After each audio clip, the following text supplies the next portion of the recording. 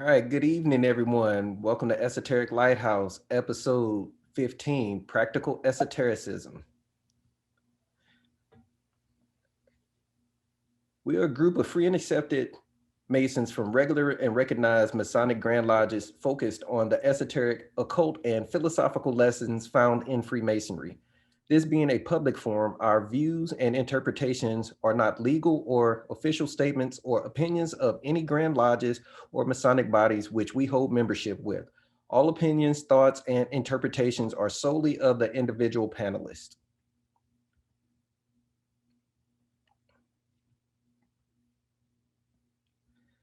All right, tonight's topic is practical esotericism.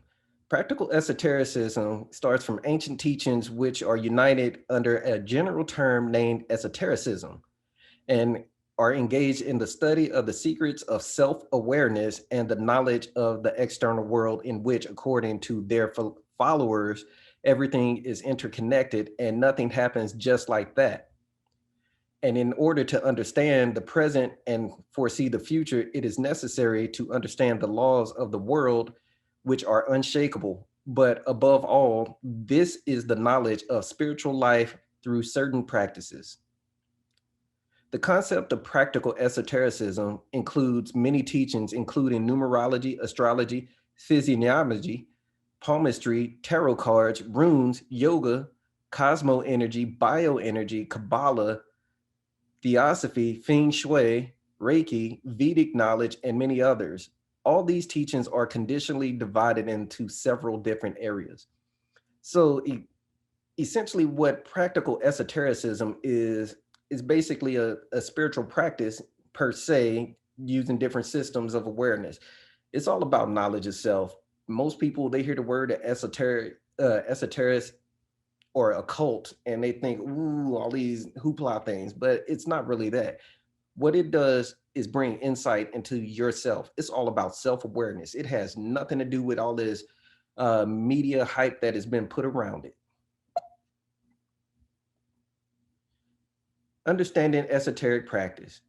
Many esoteric practices can help a person know himself and make his life happier and more joyful. Performing esoteric practices, a person heals his physical body, rebuilds thinking, and in a more positive way, removes pollution and clamps his energy field over time. A person's worldview, his habits, and communication and nutrition, taste, and preferences, and as a result of his life change. This is nothing mystical or superhuman in esoteric practices. There are no more mystics than brushing your teeth, massaging your feet, or thinking about how good it would be to go on vacation. So essentially, when you're talking about esoteric practices, you're trying to condition your mind and your body to become more in tune with yourself and your surroundings, your life, and the things around you and the people around you. It's not to actually go out and physically control, bend air, move matter, and do things like that. But the air and the matter and things you're trying to bend are within inside yourself. You're trying to develop your conscience and your psyche to make you a better building block for the temple that you are calling yourself, the temple of man. What is esoteric practice? Here's a few questions to actually think about. This is internal things. What does, why does a person do it? What are they trying to achieve? And what are the different goals of these different practices? Usually, this is a merger with a certain state that is inaccessible or inaccessible and inaccessible in an ordinary life. The success of the practice depends on what kind of person he is or she is, how clean his energy channels are, and how the mind is free from the templates and cliches, and the body is hardy and free of clamps. So basically, what I'm saying is, what are your roadblocks to your self awareness? How are you cleaning your roadblocks? Things of that nature. These are things that we need to contemplate on Esotericism is a contemplative practice where you contemplate and you think on how to change and create your life into the world, well, not the world view, but the personal view that you have for yourself. There are three main points when you're looking at it. It's the knowledge of self, understanding your own abilities, and the knowledge of the world around you. How do you explore these things? You explore your own potential. Through knowledge of self, you improve throughout your life, but first you need to free yourself from cultural biases and open up the boundaries of your own mind. You do this by meditating, breathing, yoga, and other things to remove psychic boundaries from your mind for the desired mind state of awareness that you're seeking. Knowing your abilities. Each person is endowed with certain abilities from birth. You have genetic talent, potential, and trying new things. With genetic talent, no one is born Michael Jordan, Mike Tyson, Bruce Lee. It's only them with their skill sets. You have your own set of skill sets, but you need to figure it out and develop those and cultivate it. We can use these people as examples if we have a particular talent to look up to, but at the end of the day, we will never be these people. And although we can try, we may even succeed past them, but that's our genetic talent if we do so. Like today, watching the Olympics, the Italian guy, he goes out there and he's the next Usain Bolt, they say, but that's pure talent, but and his genetics. Potential, capitalizing on your fullest potential by working on the thing that you know you are good at and you will excel at very easily.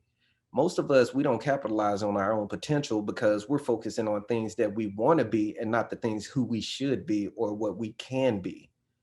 We'll talk about this a little later in our discussion after the presentation.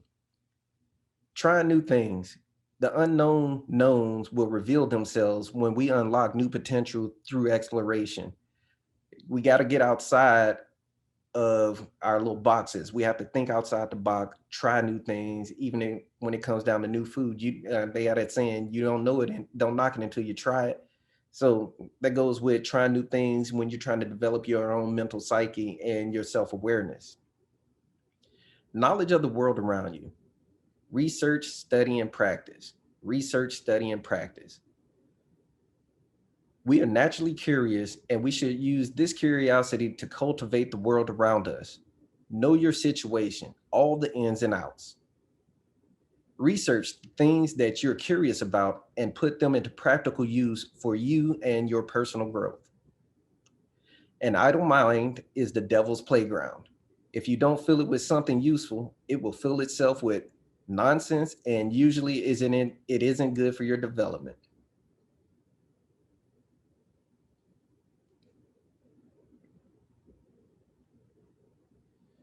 Here are a few takeaways.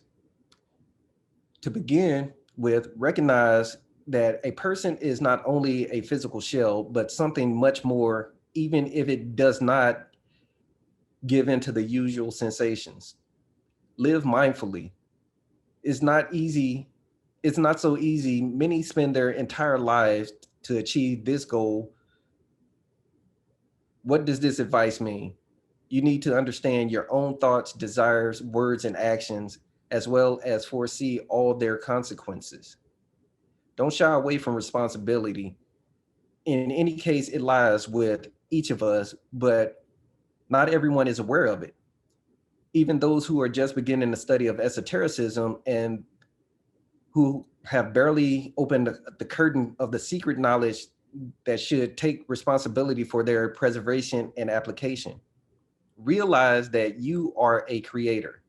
Your spiritual activity, physical efforts, everything is reflected in one way or another on the world around you. Imagine how much you really can change. And the main thing, your life, your actions you perform should only be directed for the betterment of yourself, your immediately, and those immediately around you, and the improvement of your current condition.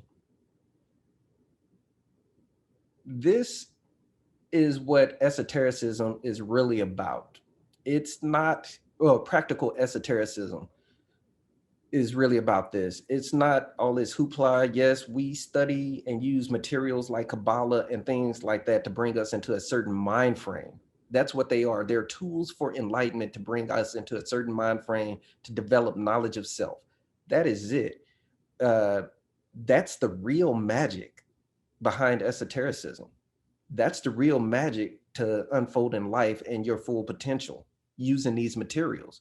It's not to take over the world. It's not anything ill. It's not anything um, to harm anyone. The only person you can harm with these teachings is yourself by being ignorant or not use or not even exploring it and still being ignorant. And that's it. That's any questions? Right, good stuff. Good stuff. I was glad that you took the opportunity to. It's almost like you demystified esotericism. you know, remove the veil away from it because I find the very word sometimes kind of spooks people out. You hit some real key points. Um, the one part where you mentioned about bending air and matter. People look at it like we're trying to do something spooky, but you made a point about that air and matter that you're trying to bend is really you, and that's kind of in line with the teachings of masonry. What I heard through all of this, I took some really good notes, is it boils back down to temple building, literally. Right. And I don't think you could have masonry without esotericism. It's intrinsically built into it. From that, that old saying everyone says is masonry is this system of morality veiled in allegory and illustrated by Illustrated by symbols. That symbol. very right there is telling you that there's something behind something Right. that you have to uncover and reveal. Right. So And essentially that's what we're here to do. We're here to pierce that veil that we grow up in society. We wear different masks every day to survive. We have to wear masks, but at the same time those masks shouldn't become us.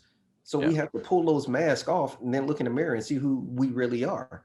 And what esoteric teachings does, it helps you pull back that layer of hmm, that mask that you built around you, but because you have to have those masks to protect yourself. Once you go outside your four walls, it's hmm, nothing but wolves. So you have to wear those to protect yourself. yeah, But when yeah. you get at home and you're by yourself, you gotta put that away. You gotta put your stand-in away. And then you gotta get down to the real you. Who's the real Mike? Who's the real Charles? Who's the real Earl? Hmm. Who's the real Tim? That's what esotericism does. And now you're It dealing helps with the secrets, the you things dealing that with the real you, secret. yeah, the things you can't reveal. Like who the real Michael is. Only the only people that know that is you and deity. You Right, understand what I'm saying? We don't know. We know what you present, right? But who you are and what goes on in your sanctum of sanctorum, right, right, is between you and deity. right. You can try to use words to describe it to me. I kind of use an analogy of like I remember when I saw my son being born. The type of the feeling that I had, the warmness, and when I looked at it, I could try to use words and describe it to you, but the words are just substitutes. They'll never be able to give you the true feeling that I felt when I witnessed.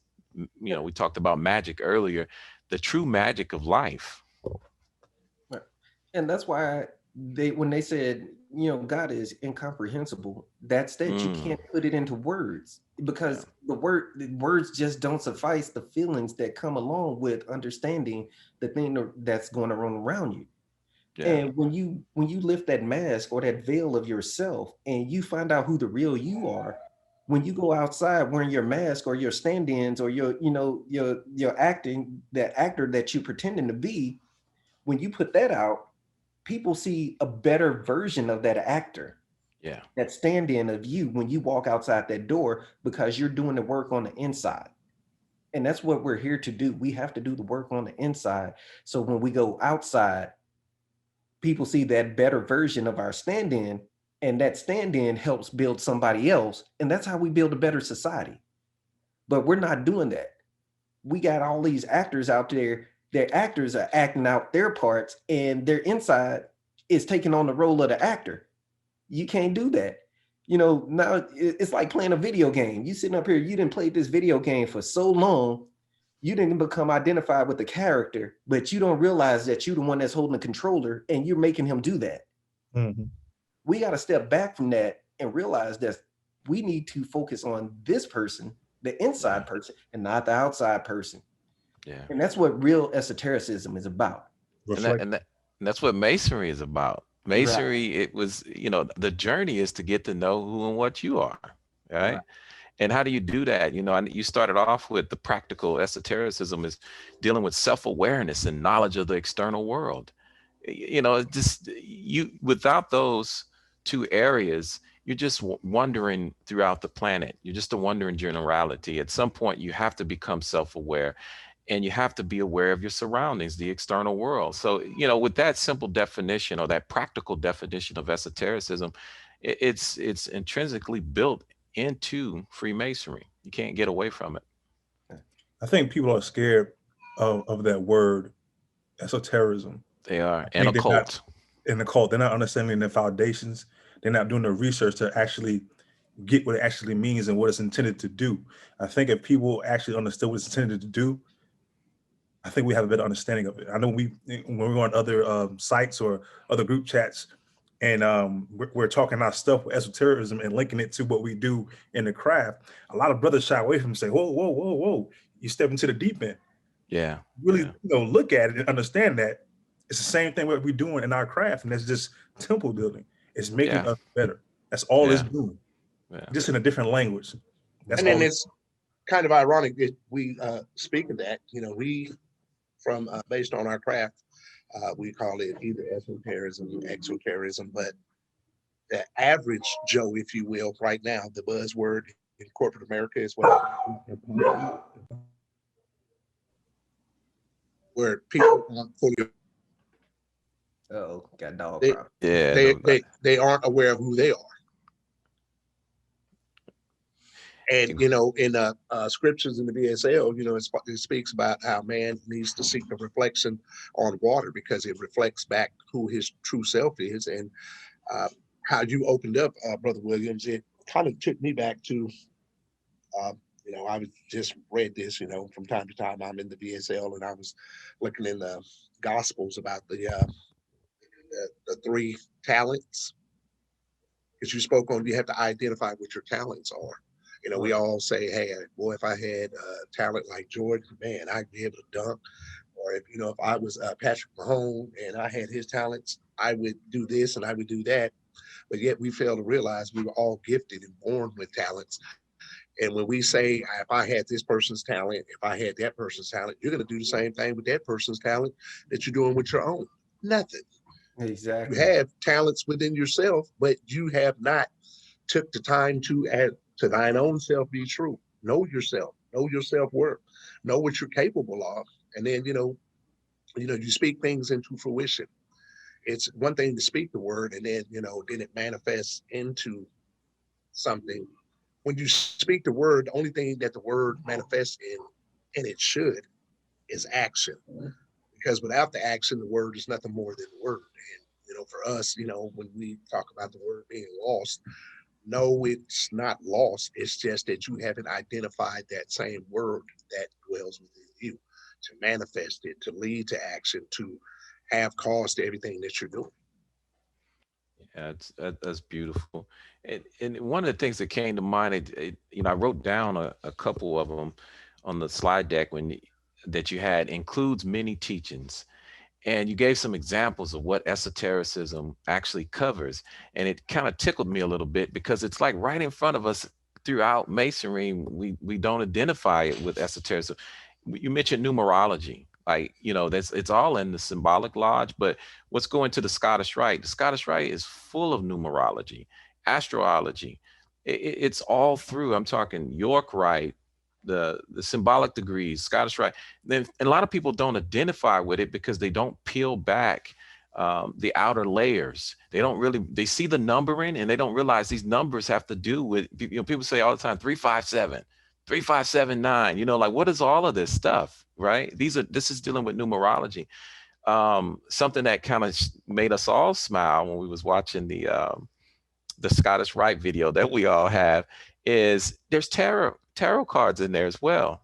The characters from the tarot cards are in the Scottish Rite. Blew my mind. I was like, whoa, okay.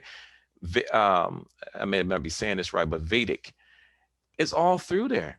You know what I mean? You read anything from Albert Pike and he goes all into it, and the symbolism is there throughout all the degrees. So this stuff really isn't as spooky as people would like or make it out to be. It's right in front of us.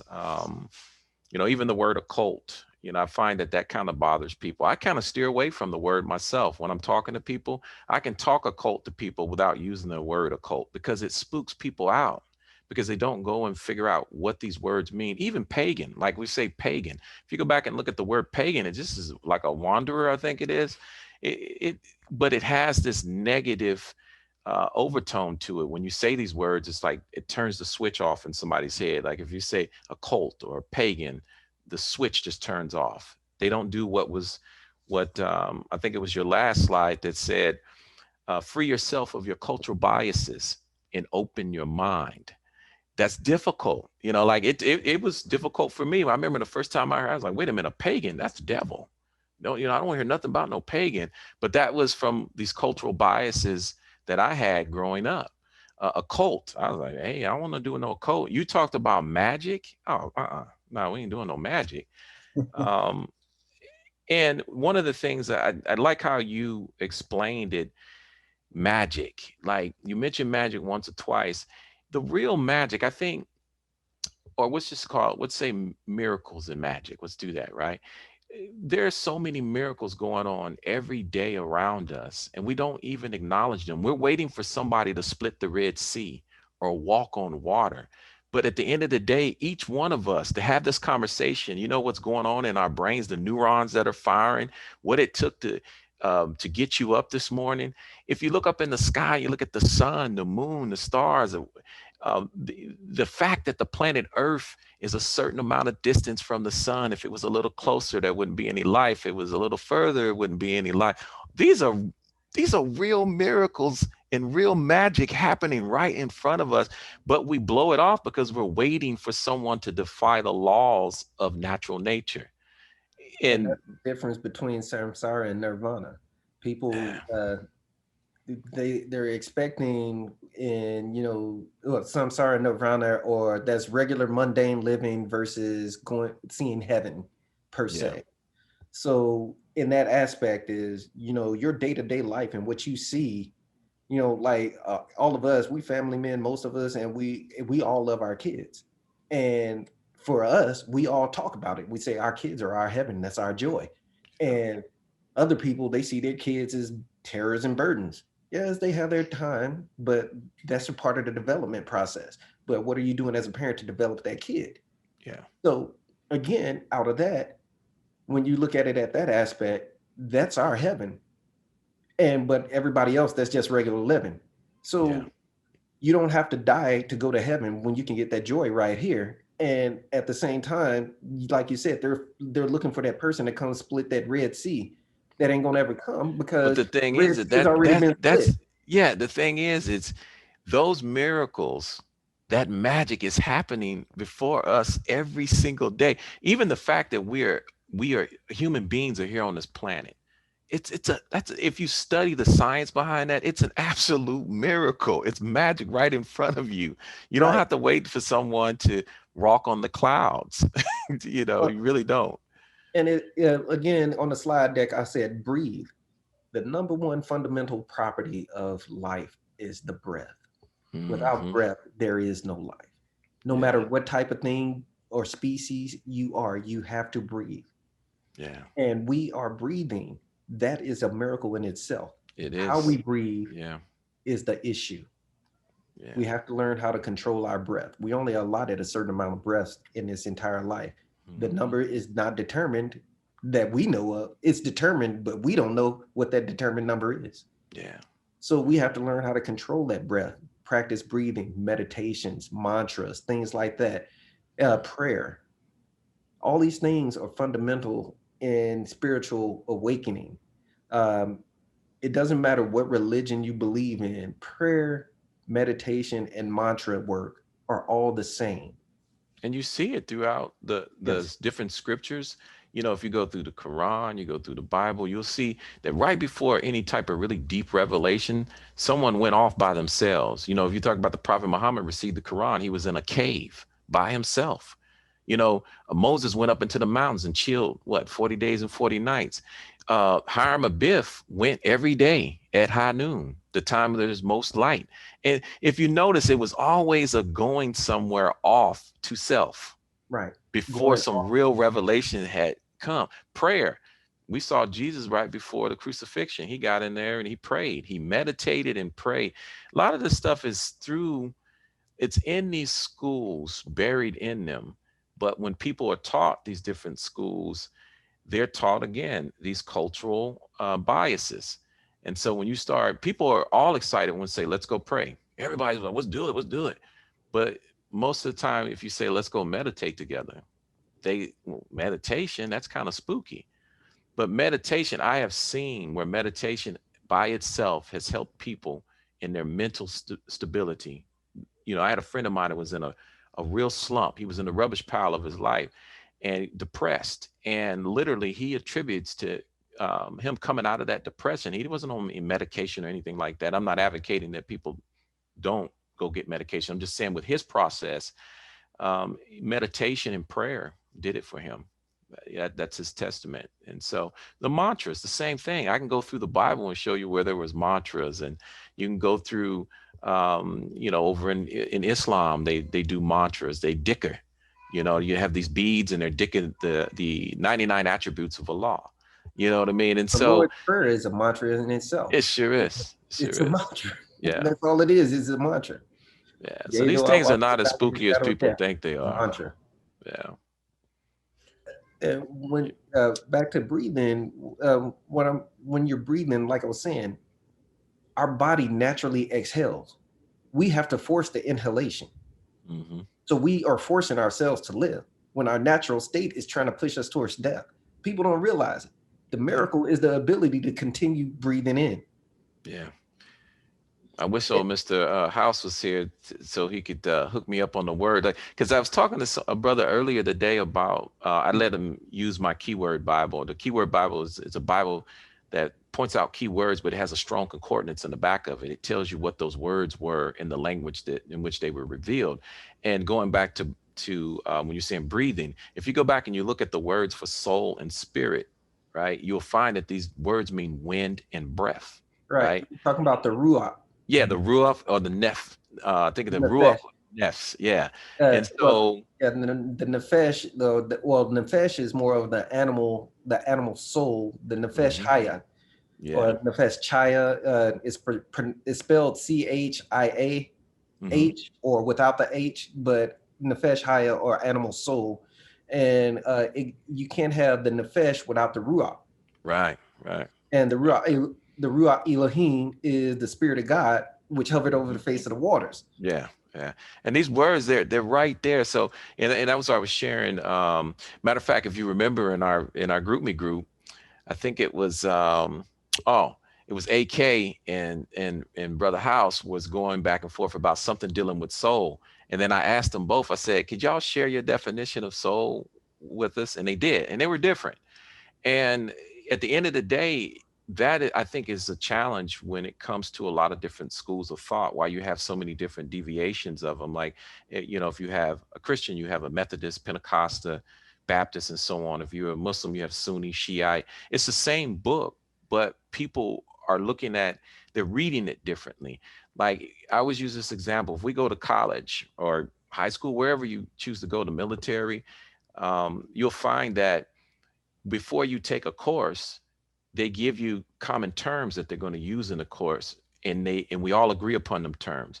But when you have a debate with someone about religious schools of thought, it's difficult because everyone has kind of like this different mindset about these terms. Like soul, if you ask 10 people in the room what a soul is, they'll all tell you something different, probably. Spirit is the same way. Heaven, hell, God, devil. If I say, where is heaven? Where is hell? Some people might say, just like Brother Williams just said, you experience heaven and hell right now. Mm-hmm. But then some people would argue you and say, no, you can't go to heaven till you die, or you can't go to hell until you die. Some people say you don't go straight to hell, you go to purgatory first. You see what I'm saying? But I always ask, what did the words mean when they revealed the words? And if you go back and you look at soul and spirit, it's simply denoted wind and breath. One last thing is like the serpent. Like everyone talks about the serpent in the Bible. There was never a serpent there according to the Hebrew, that it was a whisperer. And so it was later interpreted as being a snake. And so that those are the things that if we don't really clearly, how would I put it, get into our esoteric work, meaning unveiling these things, going beneath, then we're just reading on the surface. And like I always say, you'll end up suffering from spiritual malnutrition or Masonic malnutrition if you don't crack the surface and pierce the veil. That soul work is going in and defining. It's getting the definition, getting to the root cause and the so what. I can read a book all day, but if I don't understand that book and I don't go get the so what, why is this book written? What is its purpose? What does it mean? How do I apply it to my daily life? That's what we need to be doing when we talk about being Masons and studying esotericism and things like that. And when, again, you hear, you just got me thinking about the word occult and pagan again. So occult only means hidden. Yeah. Pagan, it just means different. Yeah. That's a pagan belief. A pagan belief means a different belief than whatever I believe. That's all it is. But people, they hear the word pagan, and you have these people going running around saying, I'm a pagan. And what kills me is these naming conventions, what people have for themselves under spirituality and all of these banners that they put themselves in. So you just pigeonhole yourself into a box. So you limited your God or your belief system once again. And if people that demonize paganism, people that would be upset about paganism don't realize that within a lot of the schools of thought, you have paganistic rituals buried in there. Like I asked a friend of mine the other day, I said, do you know why we celebrate Easter on a different day every year? He said, no, I don't. And I said, that has to deal with the movement of the moon, basically, right? So Easter is going to fall on a different day because we're looking for a full moon, so on and so forth, right? You go to Christmas. All these different holidays have paganistic rituals or rites tied into them, into religious, I don't want to say dogma, but I guess that's the best word, to religious dogma tied in with religious or paganistic practices. But people will say, I'm not a pagan, or, pagans are bad. But at some point, paganistic beliefs and rituals and rites were tied together with religious dogma. And what we see today is a merging of that. And people are practicing paganistic rites and rituals and not even fully aware of that. But I think that leads to the ignorance of, like you say, how we're taught incorrectly, because even the phrase, faith without works is dead. Well, work by itself will get the job done. So you can have faith, but if you don't do the work, nothing happens. You can also work, and as long as you keep working, then something will happen. I also think so many of us think work is an external action, not realizing it's that internal action. Because if I am learning to subdue my passions, then at some point after I learn, it's expected that I actually subdue them. So with practical esotericism, if I actually begin to learn it, then that means at some point I have to actually do the work required. As long as I'm ignorant, I can avoid the work. I can be Super Mason, Mr. Mason, be at every event doing all of these things, but still be a liar, still be a drunk, still be a cheat, because I have yet to learn and do that interior work. I have yet to work on those internal qualifications, and I'm still focused on that external qualification, or what isn't a qualification. That's my 2 cents. I agree, because that'll just become wasted potential. There's another thing I wanted to talk about, going back to what we were talking about earlier, with these different practices, mysticism, spiritual practices. I think the biggest issue is what will be revealed on the other side once you find out, what these systems actually mean. Can we actually live with what's revealed to us? Can we look ourselves in the mirror and see the truth and accept it? And then once we are revealed the truth and accept it, can we have the ability to change it? So that's what the real work is about. But again, you have to take that leap of faith and go into those spiritual practices and reveal what's not common. But that's a hard pill. And I'll relate it to having kids. Kids are the best mirror. You see exactly what you're dealing with, all of your traumas. And unless you're able to look them in the eye and face them and deal with them, you're going to constantly run from them. And you'll never get to that other side because you're too busy running from the work that you actually need to do. So how can you live with yourself knowing you never took the time to do the work? Again, that's wasted potential, because you'll never know your full potential because you never took the time to actually discover anything else besides what you know. Right. And that's how you pass on bad habits and bad traditions from your parents, your grandparents, their great grandparents, whoever it was, because you didn't go out and explore. Well, this is how my mama raised me. This is how my granddad raised me, this, that, and other. Well, yeah, your family may have raised you that way, but was it right? Correct. I mean, and as times change, we have to change with the times. They did things back then for a reason, and sometimes it was all they knew. But at the same time, that was the only way they could get attention. But nowadays, we have different ways of getting attention and different methodologies that we can use to, rear a child into the right direction. We just, it may be frustrating at times, but we got to learn how to deal with it. And I believe that when we awaken ourselves and understand ourselves, we can pass on better teaching skills to ourselves, our co-worker, our partner, our wife, spouse, whoever, to be able to rear those children the way we would like them to go.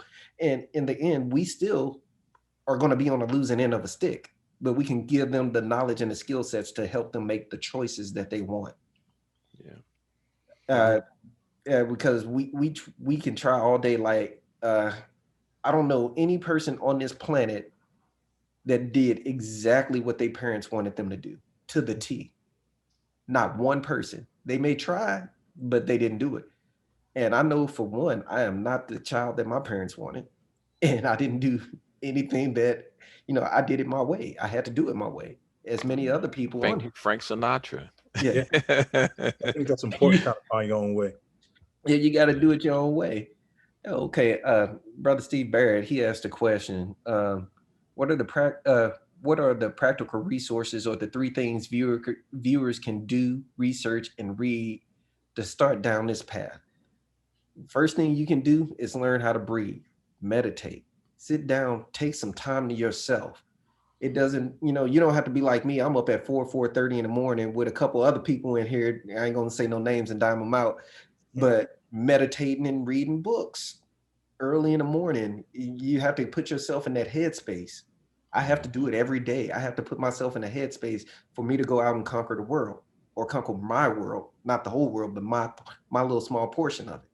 In order for me to do that, I have to wake up. I have to read certain things, and I have to sit back and meditate. Reading material, I keep it basic. I like the old school classics. I read all the VSLs, no matter which country, language, whatever they came from. I'll get the English version and try to the English version. And I have some books that I have both translations, the original text with the translation on the side of it. I keep the VSLs. I'm reading 3 different VSLs every day. Then I read books on meditating, yoga. Right now I'm reading a book on Tumo. Tumo is heat yoga, is basically channeling your inner energy by breathing, controlling the breath, mantras, rune work, things like that. And people think runes are they're Greek or Nordic, not Greek, but Nordic Norse alphabet. It's similar to the Hebrew alphabet, but rune work is actually doing, it's almost like yoga positions. Each letter, like Farah, Thorn, things like that, they're movements where you're moving your body in certain positions and you're vocalizing the letters. And what that does, you're channeling energy, channeling the energy into your body, and you're trying to produce an effect of calm and stillness and awareness. Doing these practices is the same thing as meditation. People think meditation is just sitting with your fingers on your laps and your eyes closed, things like that. Yes, that's one form of meditation, but there are many other forms. Yoga is a meditation. Even reading is a meditation. You can be in a state of meditation all day while you're in activity, but what meditation is connection. What yoga is connection. Is your connection to subject, object, and location, soul, being aware in every moment. That's what real meditation, yoga, and spiritual awareness is. That's the real esotericism. That's real esoteric practice. In the East, they call it samadhi. When you understand samadhi, people think, oh, I'm gonna go out, I had a samadhi experience. You had a samadhi experience, that's an illusion. Real samadhi, it's so subtle you won't even recognize it. You'll be sitting here, why am I so calm? That's samadhi. You just put yourself in a level where you just zoned out and you feel your part in this stream of life and you're just flowing and you're riding along with the stream. That's real samadhi. That's real cultural and psychological awareness to your surrounding. That's real soul. Subject, object, location. Not doing all these spiritual things, and or not I don't mean spiritual things, but I mean these spookism things, all this hoopla, these that right there, that's all gimmicks, that's theatrics, those stand-ins, that's your stand-in, that's your actor filling in for you. That's not the real you. That real you didn't experience somebody. That was your actor putting on a show of somebody. But yeah, researching, I would research um, spiritual awakening, how to breathe, things on yoga, things on, I mean, research anything. I mean, even like me, I do art, but somebody else may dribble a basketball all day long. And that right there in itself becomes a mantra or a practice that calms you. You can reach your level of samadhi through just dribbling that ball. I was watching TV the other day, and what's her name? Naomi. What's the dang it, the tennis player, Naomi Osaka. And I'm watching this documentary on her, and she's just sitting here, and how focused she was just on hitting the ball with her racket. Every time it came, she never missed a beat. And it was a rhythm behind it. That is where she realized her subject, object, and location at one time. The subject is her hitting this ball, and the subject and the object and the location is right there in her zone. That's where she's comfortable at. And we have those different things and practices inside of ourselves which make us comfortable. That's when you touch into the real you, those things that make you comfortable, whether it be her hitting the ball or me doing art. But that zone and that focus, that's the real us. When you see that, you see the real us, not the cosigner, not the person that's standing in. And that, when you get to that point of awareness of who you are, and that's what you want, you project that out to the world, and that's how you make a better world. When we say what we came here to do, to improve ourselves in masonry, this is how you improve yourself in masonry. You just keep hitting that ball. You just keep hitting that ball, or as we say, we chisel away at that stone. You chisel away at that stone, and what you're doing is creating a mantra or a rhythm or a pattern of development for yourself to go into a higher self. Because if you don't, that idle mind, again, is the devil's playground. And if you don't feel it, it will fill itself. And then it fills itself with all the wrong things. Yeah, I love that. It was interesting you had that in your slide deck because I was just talking to somebody about, and I spoke on it on our shows before when I was learning the opening and closing for the Worship Master. And, there's a part in there that talks about strictly forbidding all idle, immoral, and unmasonic conduct. And it threw me for a loop the first time I was going through that. I said, wait a minute, I know what immoral and unmasonic is. Why do they tether that with idleness? You see what I'm saying? It's because idleness is the opposite of work. It's almost kind of, like in the volume of sacred law, it says faith without works is dead. um, Dead can be synonymous with idleness. You know what I mean? Not moving, not doing something. Um, you mentioned, you keep mentioning about breathing, and I want our viewers to understand. I don't want them to get spooked out with that. You remember we defined a term as it relates to the Bible. The Bible speaks of soul and spirit as wind and breath. You see what I'm saying? So when you're dealing with your wind and your breath, you're dealing with your soul and your spirit. You wouldn't even be conscious if you hold your breath long enough. What's going to happen? You're gonna lose conscious, right? You're gonna fall out. So your breathing deals with your conscious awareness. And that's the reason why getting into, it's like your muscles. If you want to build your muscles up, you work them out. So to get into proper breathing, you're going to breathe regardless, right? However, you got to get into, as you mentioned earlier, Brother Williams, you got to get into learning proper breathing. If you go back in what's come out of the Old Testament and go into the New Testament when we're dealing with Greek, if you go back and you look up like something like Holy Ghost, right? You'll see, instead of ghost, you'll see pneuma, right? And pneuma is the same word we get pneumonia, right? And pneumonia is actually what? It's an infection of what? The lungs, your breathing organs. So whether you're dealing with the Old Testament or the New Testament, when they're dealing with spirit and soul, they're dealing with wind, breath. So, really dive into there. If you can get some books or something like that that can teach you how to breathe properly, how to do breathing exercises, I think that'll be a really good start. And that's speaking back to the question Brother Barrett had.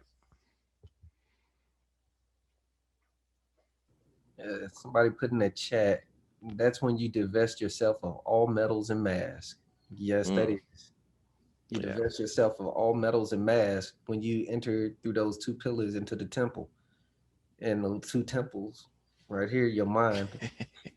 You can't hide nothing from your creator because your creator is tethered to your mind. Yeah, So, and we know these aspects exist within the human character. Like it was explained to me one time where, the lower aspect of your nature, if you go back to like the chakra system, right? They go the root chakras down here where your appetites are, to have sex, your motivation to maybe protect yourself and survive. And as you start going up, you're dealing with your emotional areas where you start to deal with your passions and so forth. But if you keep raising yourself up, you get up here where you're dealing with your ability to think and to reason. Now you need all three of these aspects of your nature, but the problem becomes is when we allow the lower centers to control the upper center, and we all have experienced that at some point. Maybe when you've lost your temper and you got really angry and you start and you was upset and you came up out of here, out of the temple, and you drop down until we call like the middle chamber, I guess, right? You drop down, and some of us just keep on dropping. You know what I mean? We live a life where you're just out, trying to procreate, trying to survive, and so forth. But at the end of the day, the goal is to get this aspect of your nature to control the other aspects. You need them all, but the bottom line becomes, where's the soul controller at? Here in the temple. all right. And what you reminded me of something Samuel Onvior talks about. He talks about the real nature of Kundalini is to raise that energy from that root chakra to the crown Mm-hmm. chakra. Yeah. At the same time, that other aspect or the reverse Kabbalah or the reverse tree is called a Kundabuffer, which is Mm. the devil's tail. Ooh. And he actually got that from Gurdjieff. I don't know who's all read Gurdjieff's work, but I haven't. Gurdjieff's work is something else. Uh, it's a book that you need a dictionary, that need another dictionary to actually read this dude's stuff. But Gurdjieff, he was real deep, and he basically called it the devil's tail. And that's where all that negative energy goes, you know, when you lose your temper, when you're constantly using sex in a degenerated way, you're developing a devil's tail. And you're transforming yourself from a spiritual being into a demonic being. Yeah, dropping down. You're dropping down a level. Yep. And again, people, you know, not trying to spook you out to our viewers, but those are the aspects of yourself. Knowledge of yourself either will make you an angel or it will make you a demon. Yeah. Angels and demons. Look at it as a fall too. What did the angels do? There were some angels that were cast out of paradise, you know. They were cast out of their, you know, above in their consciousness, and they fell into their lower nature because of their activities. And we do the exact same thing. You know, we climb and we descend on Jacob's ladder. That is the same thing as the fall. Yeah. And it's nothing spooky, but, you know, like I remember, you know, I reflect back. There was a time if I would have had this conversation with you guys, you know, let's say 10, 15 years ago, I'd been like, man, these guys are spooky. You know, get on out of here. But when you, again, if you go back to that, remove these cultural biases and open up your mind. There was a quote out there that says that it's a sign of a superior intellect when you can entertain something, right, and it not become a part of your belief system. See, I don't have to believe what anyone is saying to sit back, open my mind and go, let me think about what he just said. And that's what a lot of folks don't do. They just turn off the switch when they hear keywords. Like I said, occult's one of them, and you gave the different. Occult just means hidden, nothing else. You know. Then you know, you get into pagan. What did you say? Pagan meant different. That's it. You know. So in some aspects, we're all pagan to something, right? Yeah. Brother Earl, you about to say something? I think you mute. Yeah, you were I'm muted. sorry, but yeah, I'm just listening to you guys, man. This is beautiful stuff. I just wish people would take the time to understand and interpret things before they speak. You know, it's just important to define people's differences. That's all. That's it. Before you even have an assumption, just take the time to do the research, take the time to do some studying, and then come back to the conversation with a different perspective, a little bit more understanding. That's all. I talk to my daughter like that all the time. I say, before you talk, think. Do the research inside your head before you make an action. It's getting through, but as we all know, being parents, it takes a while to get through. But you have to build those foundations early, so when they grow up, they're out on their own. They know how to make those decisions that will either be, they'll understand the decisions may have consequences. I was, you know, most of us, when we grew up, we didn't have anybody telling us, hey, you go out there and you do this is going to happen. And this is why you should think about it. They just tell you, nah, don't go do that. Then you do something wrong, then you get spanking. Well, nowadays, this new generation of kids, you can't do that with them. You have to explain to them. You have to talk, and you got to have those conversations, and you got to have them early. Because if you wait too late, that's when things go wrong. And I think your children will respect you more if you're completely open and honest with them from the beginning. The conversations I have with my kids now, I wish my parents had with me when I was younger. I had to figure this out on my own. And what it boils down to, your spiritual development is reflected on your kids as well. You can say, I'm all this and I'm all that, but if your kids is out here and, you know, you all holy rolling, but your kids is still wilding out, you did something. I'm not saying that you did something wrong, but you could have cultivated them a little bit better. And it all boils down to communication and talking. I got a question for you. As you were saying, as you were talking, and this is just for everybody, as you were talking and you said, you know, I talk to my daughter and I tell her, before you draw a conclusion, I want you to think about it. I want you to, you basically telling her to contemplate on it, try to figure it out. And as you were describing, and I said, he's teaching her esotericism right there. Literally, you're teaching her to occultism, because you're teaching her to go and find the hidden. Just don't look at it, think about it, contemplate on it. The very process of thinking is connected to esotericism. And it was a brother since just said that. He literally said, I wish people would take time and just think before they speak. And then kind of what we used to call do the knowledge on this topic, do the knowledge, research it, and then come back. What'll end up happening is you'll unveil something. This whole process is nothing. It's esotericism, literally. The process of thinking and contemplation is in and of itself esotericism. We see it with Hiram Abiff. He went into a quiet place and he contemplated, and that's in his contemplation, that's where he was able to get the designs to put on the trestle board every day. Right. And where is it at? In most cases, it's in darkness. Yeah. Silence and darkness. You guys might have heard that one. You close your eyes.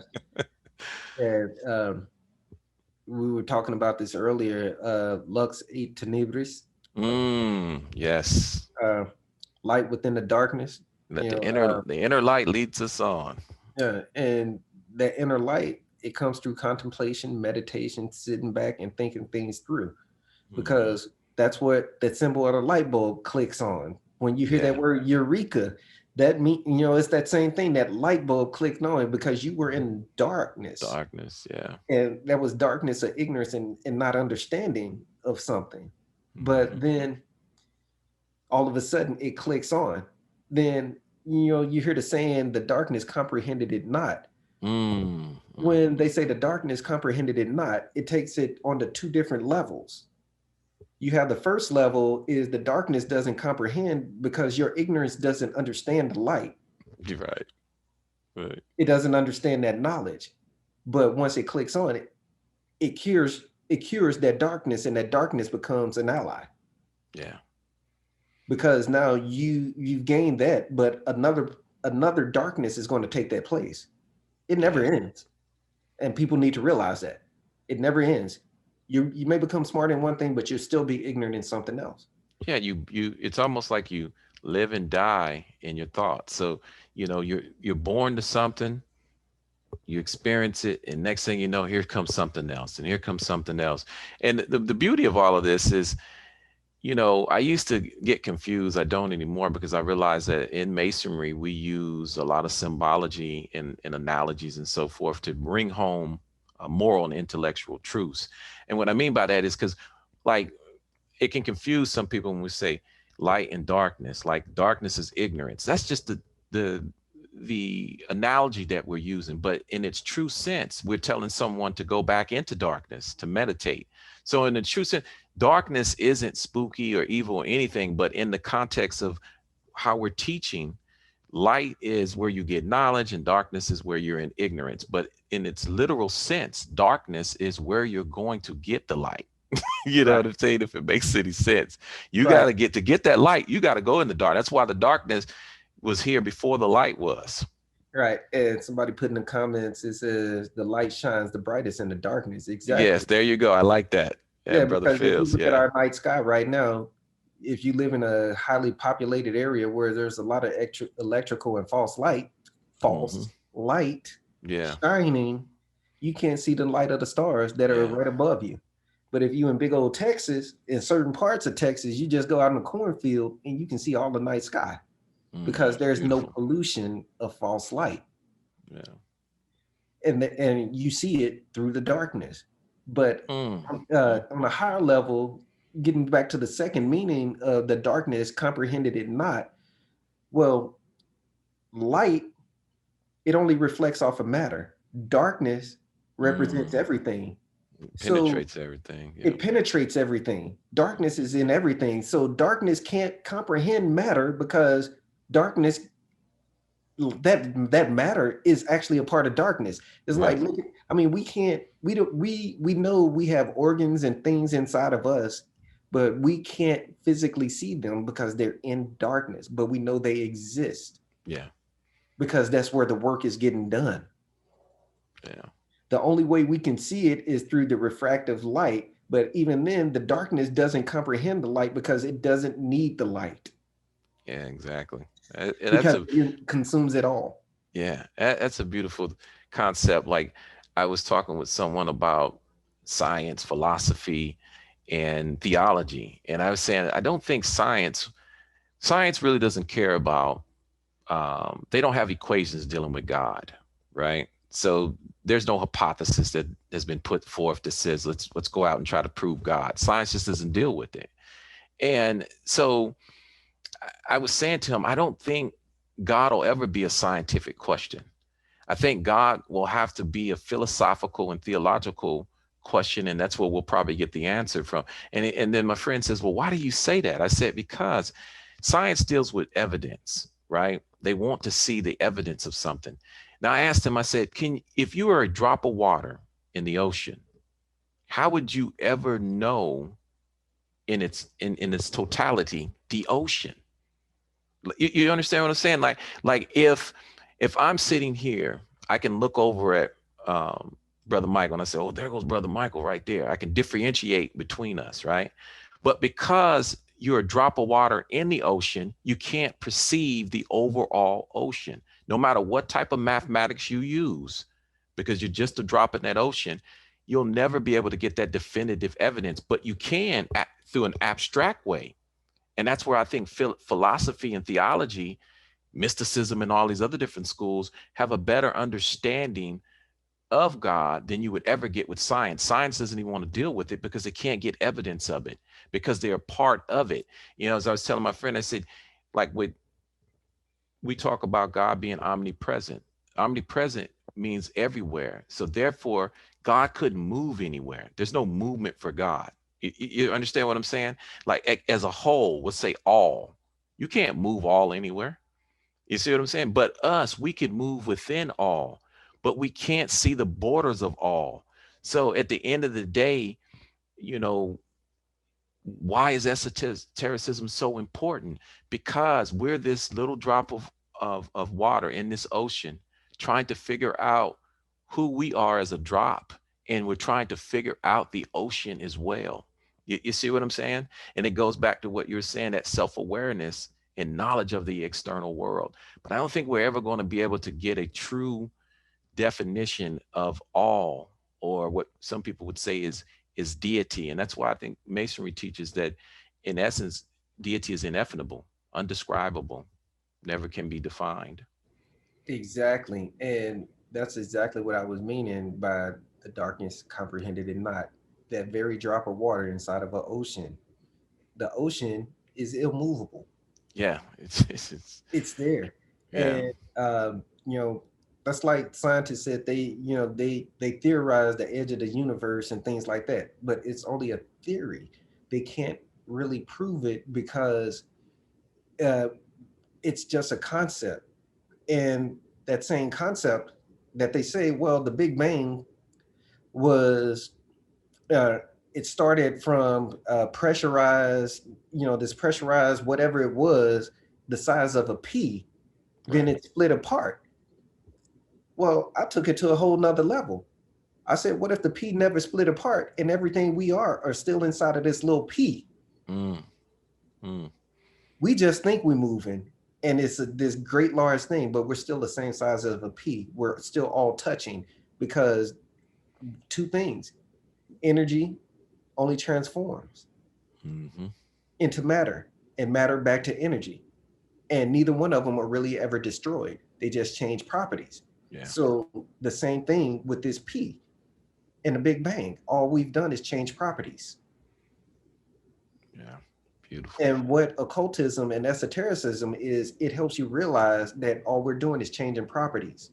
Properties of energy, from bad energy to good energy, and vice versa. And you have to have a balance or a polarity because you can't recognize one without the other. Yeah, and that's That's where practical I have esotericism, deduced. balancing that, bringing that into equilibrium.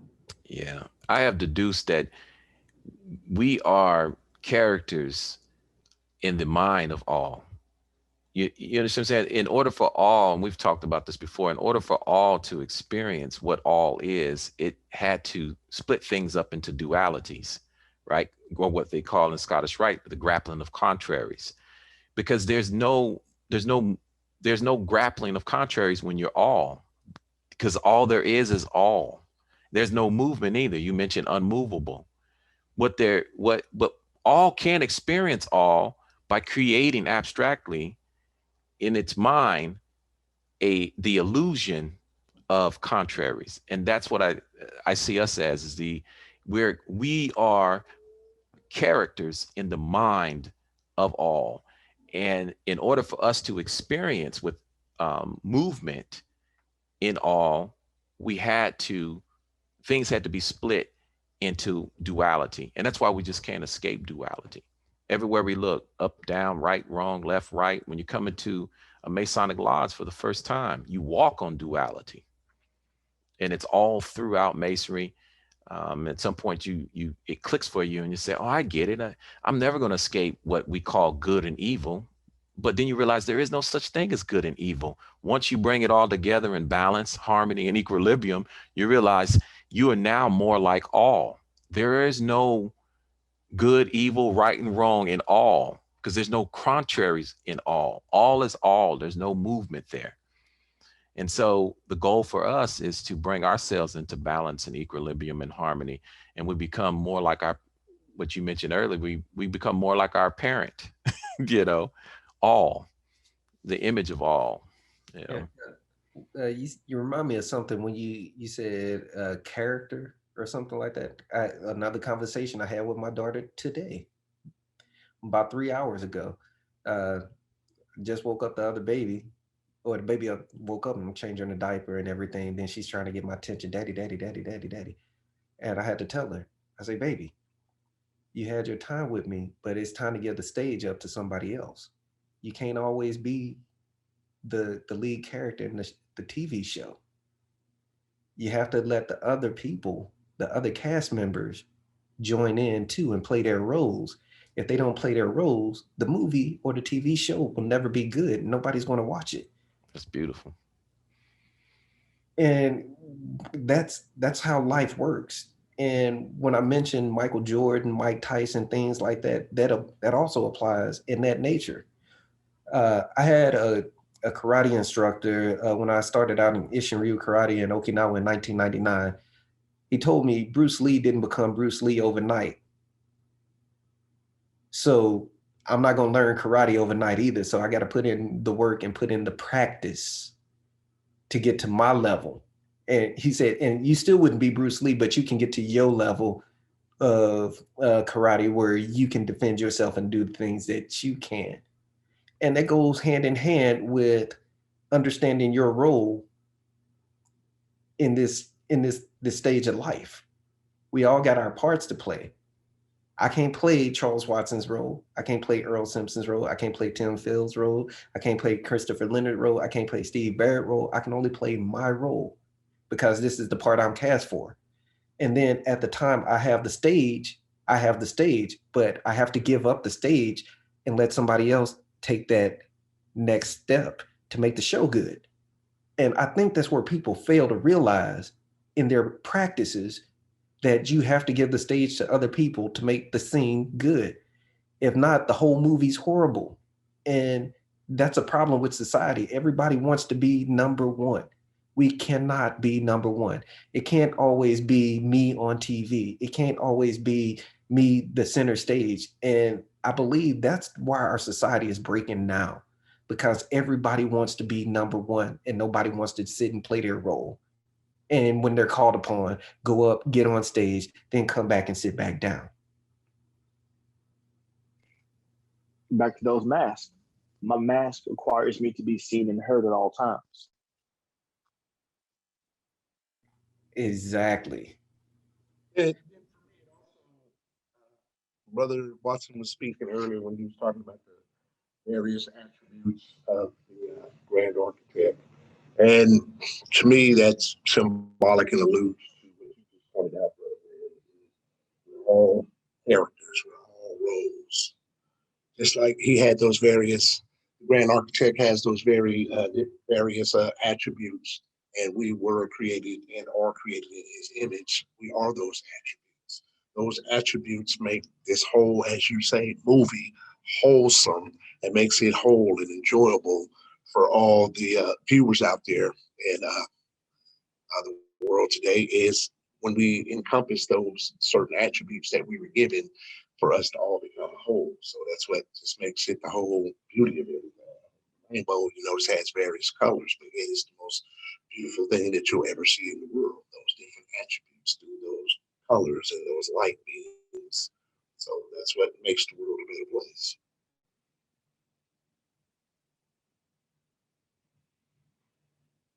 It seemed brother Fields also wrote in the chat that that small drop of water still makes it ripple in the ocean. That's a fact. Yeah, that is a very strong fact. Yeah, because that one ripple can change the whole direction and the whole stream of things. And it could either cause a tsunami or a hurricane, or it could bring a bountiful harvest when a fisherman goes out to sea. It's all about how that ripple goes into the water. And it's all about subject, object, and location, being aware of who you are as that ripple inside of this whole ocean we call life. Yes, and also with that being said, it's also that thing from a theoretical perspective, is what we call the power of one. That's all it takes. Yes, One sir. drop, one thought, one person. Well, this will conclude tonight's episode of Esoteric Lighthouse. Next month, we'll come back and we'll be talking about signs and symbols. Stay tuned and have a good evening.